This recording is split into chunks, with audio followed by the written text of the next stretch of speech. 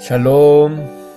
샬롬. 네, 우리 기도하고 시작하겠습니다. 기도하겠습니다. 하나님 감사합니다. 신실하신 주님, 언제나 동일하신 주님, 좋으신 주님, 이 시간에도 변함없이 우리와 함께 하시는 주님, 진심으로 감사드립니다.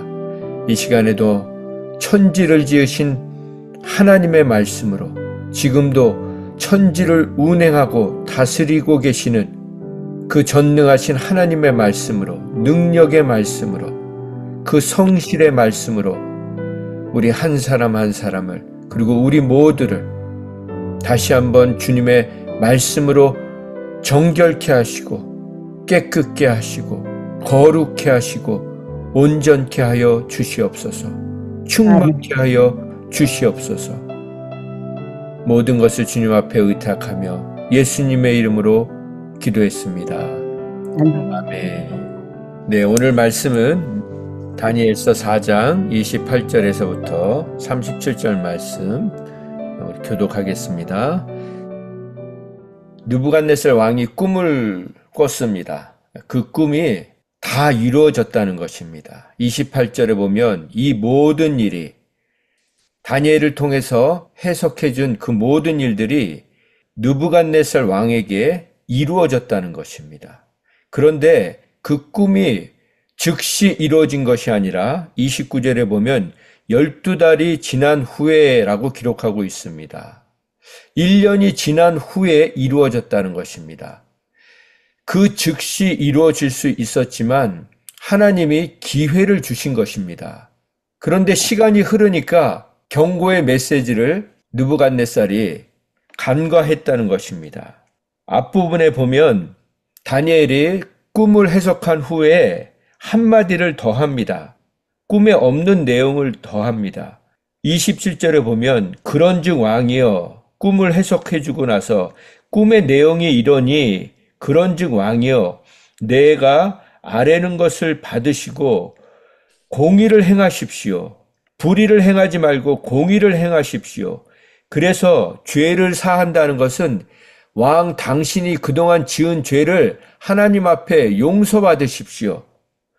가난한 자들을 긍휼히 여기십시오. 그래서 당신이 여태껏 쌓아놓은 그 죄악을 하나님 앞에 용서받으십시오. 지금 왕은 공의를 행하지 않고 불의를 행했습니다. 긍휼히 여기지 않고 불의를 행하고 있습니다. 그러니 공의를 행하고 긍휼을 행해서 하나님 앞에 당신의 죄를 용서받으십시오.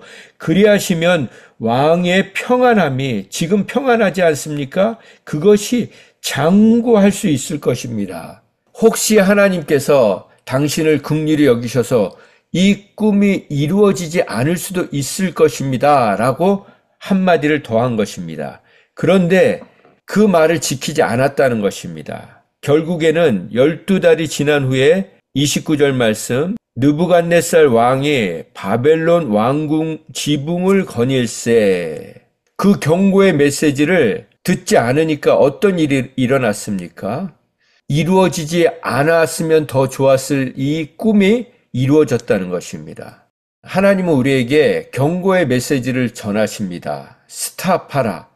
그만하라, 멈추라고 하실 때 우린 멈출 수 있어야 합니다. 무엇을 멈추라고 하십니까? 분노의 말을 멈추라고 하십니다. 원망의 말, 시기의 말, 질투의 말, 비교의 말, 불평의 말을 멈추라고 하십니다. 또한 교만의 말을 멈추라고 하십니다. 자기 자랑을 멈추라고 하십니다. 자기 과시, 허세, 허풍, 이런 것을 멈추라고 하십니다. 오늘 우리가 알 수 있는 것은 본문 마지막 절인 37절에 느부갓네살이 뭐라고 합니까? 하나님은 교만하게 행하는 자를 능히 낮추심이라. 이게 결론입니다. 결국 이 교만한 사람이 누굽니까? 느부갓네살 왕이고 바로 저와 여러분입니다. 저와 여러분의 그 교만을 하나님이 다루고 계시는 것입니다. 교만하지 말라고 하시는 것입니다. 자랑하지 말라고 하시는 것입니다. 그런데 우리가 언제 자랑합니까?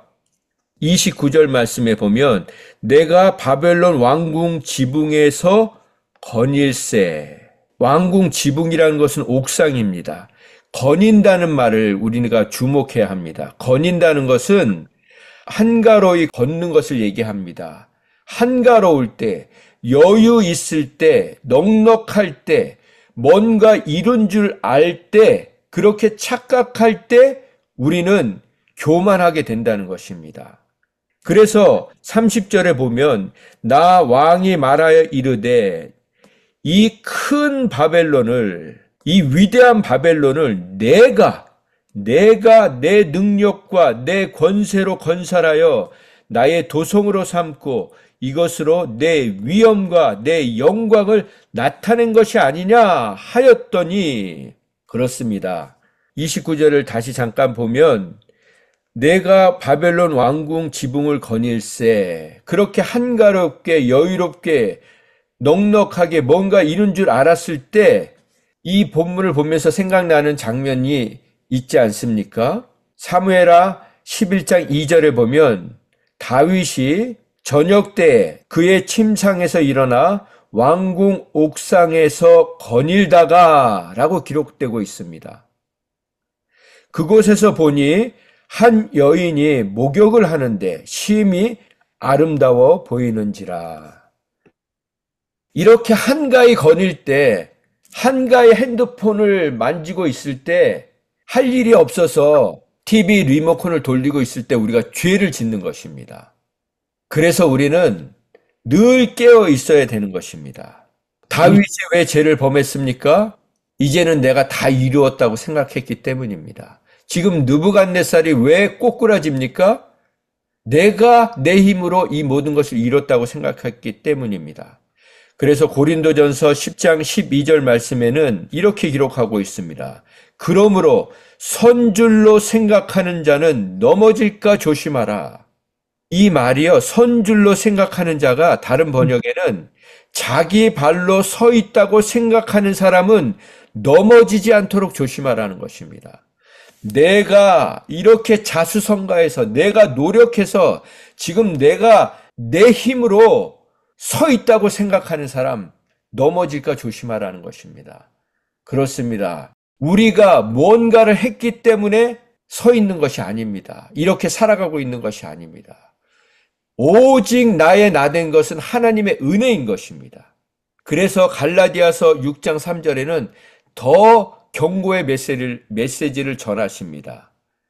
만일 누가 아무것도 되지 못하고 된 줄로 생각하면 스스로 속임이라고 기록하고 있습니다.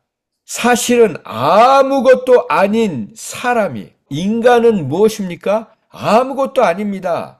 우리는 먼지 같은 존재입니다. 그런데 아무것도 아닌 존재가 무엇이나 된 것처럼 생각하면 그것은 스스로 속인다는 것입니다. 여러분과 제가 내가 이 정도 신앙생활 했지, 내가 이 정도 믿음은 있지 하고 생각하는 것은 나 자신을 속이고 있는다는 것입니다. 우리는 말씀은 보면 볼수록 내가 아무것도 아니다는 것을 더 뼈저리게 경험하게 되고 알게 되는 것입니다. 그래서 말씀을 보는 것입니다. 말씀을 보면 볼수록 우리는 교만해질 수가 없습니다. 말씀을 보면 볼수록 내 안엔 죄성밖에 없음을 고백할 수밖에 없는 것입니다. 그런데도 불구하고 하나님이 나를 그 지극하신 사랑으로 붙들고 계시다는 것 때문에 감사할 수밖에 없는 것입니다. 그러면 갈라디아서 말씀처럼 스스로 아무것도 아니면서도 우리가 스스로 속이는 것이 무엇입니까? 무엇으로 우리가 속입니까? 돈으로 속입니다. 돈을 많이 갖고 있는 사람은 내가 이렇게 열심히 살아서 성실히 살아서 내가 이 부를 누리고 있다고 착각합니다. 그래서 제가 주일날도 말씀드리지 않았습니까? 도은미 사모님이 열심히 그렇게 살았는데 열심히 살고 나서 하나님 앞에 나중에 깨닫게 된 게 내 성실이 죄구나. 내가 성실히 살았던 것이 죄구나. 그렇게 성실히 살아서 그렇게 성실히 살지 않는 사람들을 비판하고 정죄했구나. 이게 죄구나 하고 그렇게 죄 고백을 하지 않았습니까? 사람들이 무엇으로 자기를 속입니까? 직위로 속입니다. 타이틀로 속입니다. 내가 교수인데, 내가 의사인데, 내가 목사인데, 내가 집사고 장로고 권사인데, 이런 걸로 속이지 않습니까? 그런데 그렇게 그런 타이틀을 가진 사람들이 얼마나 추한 일들을 많이 합니까? 그 중에 한 명이 또 제가 아닙니까? 운동선수들은 무엇을 갖고 자기 자신을 속입니까? 능력, 자기의 그 건강, 재능 갖고 속이지 않습니까? 정치인들은 이 권세를 갖고 속이지 않습니까? 그게 뭡니까? 지금 30절에 보면 내 능력, 내 권세, 내 위엄, 내 영광, 이걸로 느부갓네살은 자신을 속인 것입니다. 우리는 내 자랑하면 안 되는 것입니다. 개미가 잘나면 얼마나 잘났겠습니까? 우리가 잘나면 얼마나 잘났습니까? 여러분, 가끔 TV쇼 중에 개쇼 하는 거 있잖아요? 개를 막 이렇게 막 단장하고 막 이렇게 치장하고 해가지고 막 개가 위품 있게 걷는 거 그거 가지고 점수 매기고, 이 개는 어떤 혈통이고, 그 개는요 자기 똥을 먹는 존재예요. 아무리 인간이 개 목욕시켜주고 스케일링 시켜주고 그래도 개라고요. 그 개쇼를 하는 걸 보면서 박수를 치고 개값을 올리고 개를 사람보다 더, 이거 정말 망할 짓입니다. 여러분, 그 개쇼를 하는 것을 보고 그렇게 하는 거나 우리가 우리 자랑하는 거나 똑같은 거예요. 그렇게 자랑하니까 어떻게 합니까? 31절에 이 말이 아직도 나 왕의 입에 있을 때에, 이게 다른 사람 앞에서 자랑한 게 아니고요. 혼자 지금 중얼거리고 있는 거예요. 그러니까 하나님이 다른 사람들 앞에서 내 자랑하는 것도 싫어하시지만 나 혼자 스스로 취해가지고 사람들 앞에서는 자랑하지 않지만 나 혼자 그래도 내가 이래서 이렇게 하고 있지, 이걸 지금 얘기하시는 거예요. 이 말이 아직도 나 왕의 입에 있을 때 하늘에서 소리가 들려 내려 이르되 느부갓네살 왕아 내게 말하노니 나라의 왕위가 내게서 떠났느니라. 31절 말씀에 보면 떠오르는 장면이 또 하나 있지 않습니까? 누가복음 12장 13절에서부터 21절에 보면 부자 비유가 나옵니다. 어리석은 부자의 비유가 나옵니다.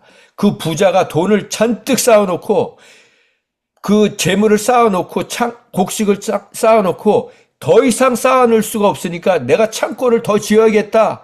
그러니까 그날 밤에 나타나셔서 말씀하십니다. 어리석은 자여, 오늘 밤에 내 영혼을 도로 찾으리니 그러면 내 준비한 것이 누구의 것이 되겠느냐?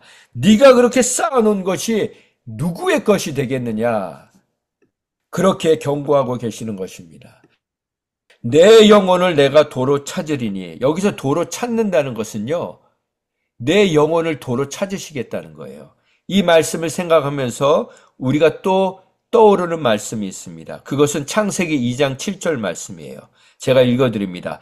여호와 하나님이 땅의 흙으로 사람을 지으시고 생기를 그 코에 불어넣으시니 사람이 생명이 되니라. 여기서 지금 생기라는 것은 breath, 숨을 얘기하는 거예요. 영어로 breath는 숨, 생명을 얘기합니다. 그 코에, 그 콧구멍에 흙으로 사람을 지으시고 그 콧구멍에 호흡을, 숨을, 하나님의 생명을 불어넣으니까 생명이 된지라, 생물이 된지라, 살아있는 생명체가 되었다는 것입니다. 이 부자에게 내 영혼을 오늘 도로 찾는다는 것은 이 진흙과 같은, 이 흙과 같은 존재에게 불어넣었던 그 호흡을 걷어가신다는 것입니다. 아침에 제가 일어나서 숨을 쉬는데, 기도를 하는데 갑자기 제 코에 이렇게 숨이 쉬어지는 게 느껴지는 거예요. 여러분, 우리 생명은요, 이 호흡에 달려 있는 거예요.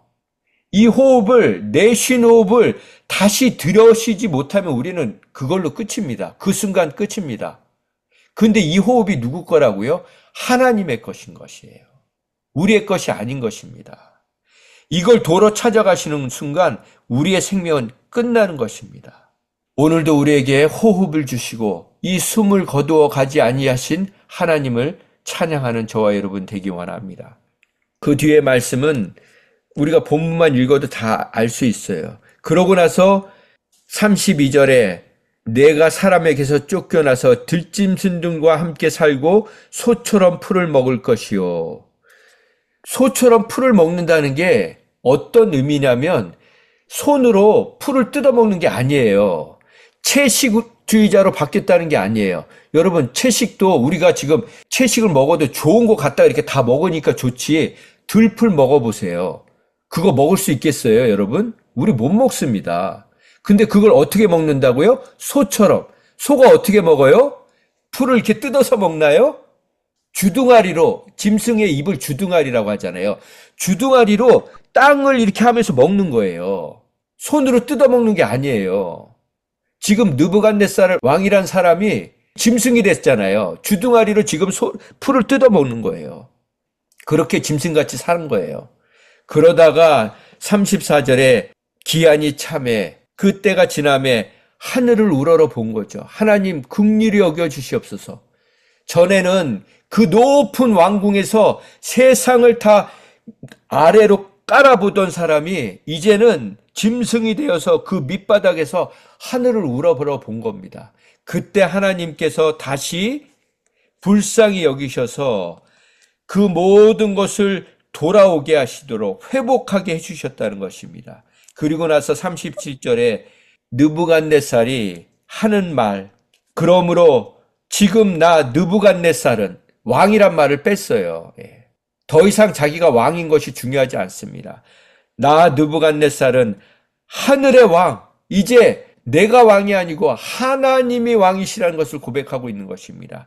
하늘의 왕을 찬양하며 30절에는 자기를 찬양했는데 이제는 하나님을 찬양하며 하나님을 칭송하며 하나님을 경배하노니 그의 일이 하나님의 일은 다 진실하고 그의 행하심은 다 의로우시며 교만하게 행하는 자를 그가 능히 낮추심이니라. 말씀을 정리합니다. 35절의 말씀 보면 하나님은 땅의 모든 사람을 없는 것 같이 여기신다고 하셨어요. 사람을 무시한다는 말씀이 아니고 우리 인간은 수천 수백만 명이라 할지라도 하나님 앞에 먼지 같은 존재라는 것입니다. 그런 하나님 앞에 잠시라도 우리가 쓰임 받을 수 있다는 것은 너무 감사한 거예요. 여러분과 제가 하나님의 말씀을 들을 수 있고 하나님 앞에 기도할 수 있다는 것은 너무나도 감사한 것입니다. 그래서 여러분, 사람 자랑하시면 안 됩니다. 교회가 사람 많다고 자랑하면 안 되는 것입니다. 그리고 여러분, 이 사람을 자랑하지 마십시오. 특별히 목회자 자랑하지 마십시오. 목회자 자랑하는 거 목회자를 망치고 교회를 망치는 겁니다. 목회자가 영혼을 사랑한다고요? 여러분, 저는 여러분 사랑 안 해요. 제가 말씀을 보면 볼수록 정말 저는 한 사람도 사랑하지 않는다는 걸 뼈저리게 느낍니다. 진짜 사랑하면요, 여러분을 위해서 제가 죽을 수 있어야 돼요. 근데 여러분, 저는 여러분들을 위해서 죽을 수가 없어요. 못 죽습니다. 근데 무슨 사랑하는 겁니까? 사랑하는 척 하는 거고 사랑하려고 노력하는 것 뿐이죠. 여러분도 저도 똑같습니다. 그래서 우리는요, 누구 자랑할 일이 아닌 거예요. 그냥 이 순간 나를 써주시고 우리를 써주시는 하나님 앞에 그 모든 걸 다 아시면서도, 내가 한 사람을 위해서도 죽을 수 없는 것을 아시면서도 그 치부를 가려주시고 사용해 주시는 것, 그 은혜에 감사하고 감격하고 그렇게 살아야 되는 것이죠. 그래서 베드로전서 5장 5절 6절 말씀, 젊은 자들아 이와 같이 장로들에게 순종하고 다 서로 겸손으로 허리를 동이라. 겸손으로 허리를 동이라. 하나님은 교만한 자를 대적하시되 겸손한 자들에게는 은혜를 주시느니라. 그러므로 하나님의 능하신 손 아래에서 겸손하라. 때가 되면 너희를 높이시리라. 진짜 겸손한 것은요, 내 손 아래 사람에게도 님자를 붙이시는 거예요. 그래서 여러분, 여러분 손 아래 사람에게도 꼭 님자를 붙이세요.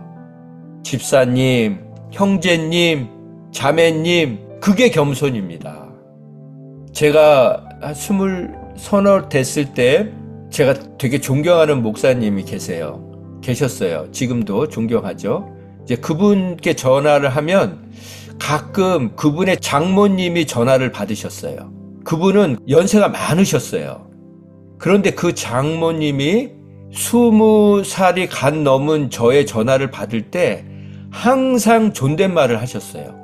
그리고 그 사위 목사님을 부를 때 항상 목사님이라고 붙였어요.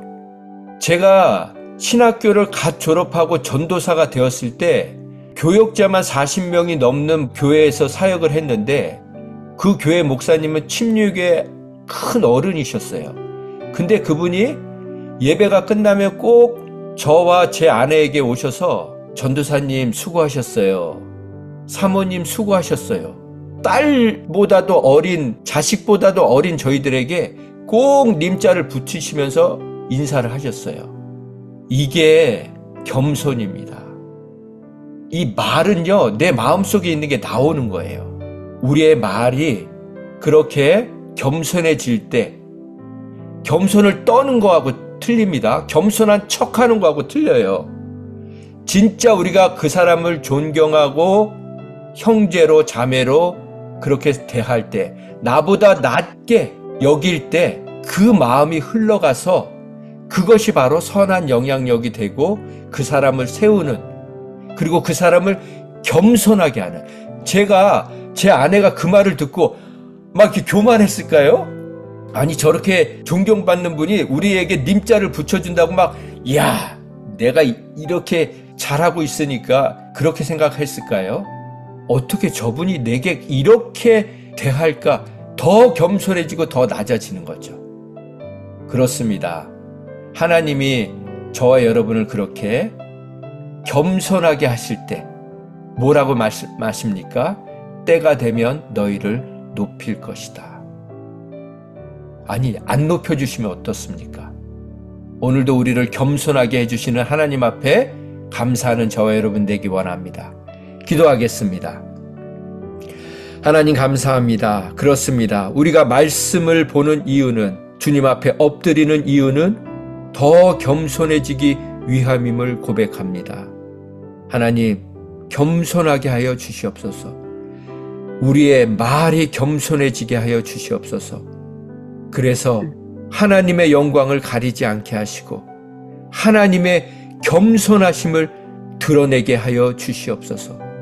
겸손의 왕이신 하나님만을 높이는 저희들 되게 하여 주시옵소서. 그래서 주님을 닮은 우리의 겸손한 모습을 통해서 주님의 복음이, 주님의 능력이, 주님의 사랑과 긍휼이 거침없이 흘러가는 겸손의 통로로 살아가게 하여 주시옵소서. 예수님의 이름으로 기도했습니다. 아멘. 아멘.